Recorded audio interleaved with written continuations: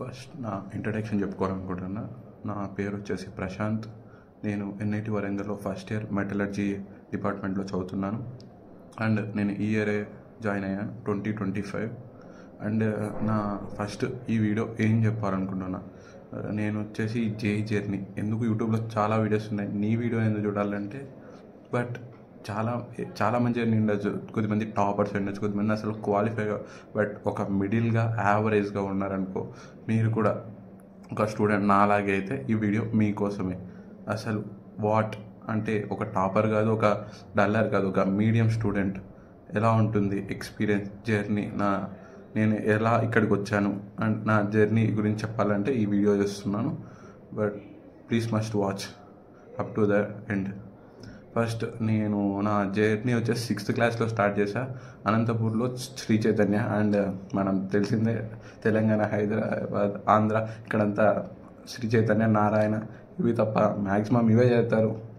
And చైతన్యలో నా journey అంటే వేరే కూడా జాయిన్ అవుతారనుకోండి, మ్యాక్సిమం స్టూడెంట్స్ లైఫ్ మొత్తం మన చైతన్య ఎవరన్నా ఉంటే కామెంట్ చేయండి.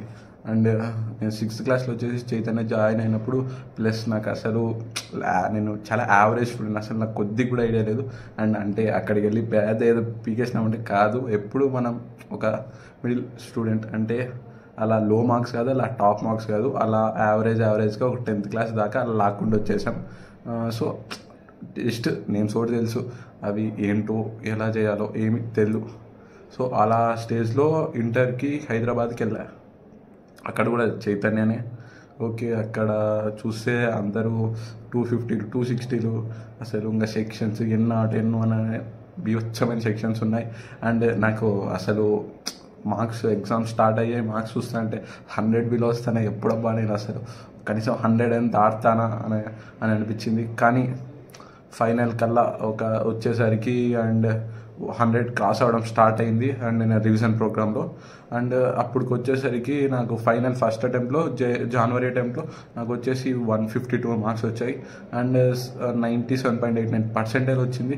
బట్ మెయిన్సే ఓకే ఇలా చేశారు. సో అడ్వాన్స్ పెద్ద నాకు హోప్ లేదు, బట్ ట్రై చేద్దాం అనుకున్నా. కానీ 46 మార్క్స్ దాకా వచ్చాయి. సో నేను ఒక జనరలిస్ట్, సో క్వాలిఫై ఈ మార్క్స్ ఎలిజిబుల్ కాదు అడ్వాన్స్కి, కనీసం ఒక ఏదో కోర్స్ తీసుకోవడానికైనా.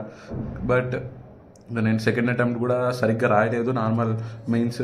సో ఇంకా నాకు ఈ ప్రైవేట్ ఎగ్జామ్స్లలో అమృత కొద్దిగా మంచి రిజల్ట్ వచ్చింది, మెయిన్స్ ద్వారా పోవచ్చు సో అనుకున్నా. కానీ అది బై ఛాన్స్ స్లాబ్ 4 అలా ఫీజు ఎక్కువ అవడంతో నేను పేమెంట్ సీట్గా పోవడం ఎందుకని నాకు నచ్చక వదిలేసా. సో అంటే నాకు ఫీజు అది పేమెంట్ సీట్ లెక్క కట్టాలి కదా, ఎందుకు దానికి ఊరికి చదువుకునేదంతా, అందుకే నా వేస్ట్ అని అనిపించింది. సో వద్దనుకున్నా. సో నేను వెంటనే నాకున్న రెండు ఆప్షన్స్, ఏదర్ జేఈ ద్వారా పోవడం, లేకోకుంటే Sastra Thanjavur, its also one famous college in Tamil Nadu. So నాకు అర్థం కాలేదు, I had applied for both. And శస్త్రాలో ఓకే వచ్చింది, కంప్యూటర్ సైన్స్ సైబర్ సెక్యూరిటీలో వచ్చింది. ఓకే, ఇంకా దీంట్లో అప్లై చేశాను. దీంట్లో అయితే ఫస్ట్గా నేను IIITస్కి వెళ్దామా, సిఎస్సి లేదా ఏదైనా ఎన్ఐటీస్కి వెళ్ళి తక్కువ బ్రాంచ్ తీసుకొని వెళ్దామా అని చెప్పి నాకు డౌట్ వచ్చింది. కానీ లేటర్ మరి ఫస్ట్ నేను జోసాకైతే ఫీలింగ్ ఓన్లీ సిఎస్సి ఈసీ వరకు పెట్టుకున్నా. అండ్ నాకు వచ్చేసి జోసా లాస్ట్ రౌండ్కి వచ్చేసి అండ్ IIIT శ్రీ సిటీ చిత్తూరులో ఉంటుంది, అక్కడ ఈసీఓ బ్రాంచ్ వచ్చింది. అండ్ లేటర్ నేను కొన్ని వీడియోస్ కొంచెం సీనియర్స్ని అడిగి రిఫర్ చేసుకుంటే ఏదైనా మంచి కాలేజ్కి వెళ్ళండి అని చెప్పారు. సో ఫైనల్గా ఇలా ఇక్కడికి వరంగల్కి మెటలర్జీ చేయడానికి వచ్చేసా. And this is my journey. అందరికీ టాప్ కాలేజ్ వెళ్ళాలి, టాప్ బ్రాంచ్ కావాలి అని ఉంటుంది, but it's not possible.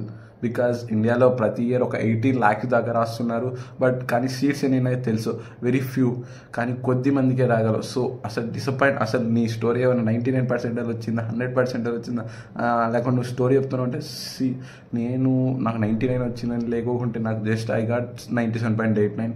And ఫ్రాంక్గా చెప్తున్నా.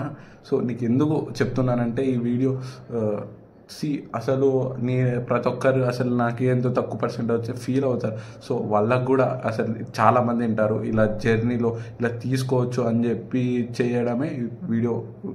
If you like, please subscribe.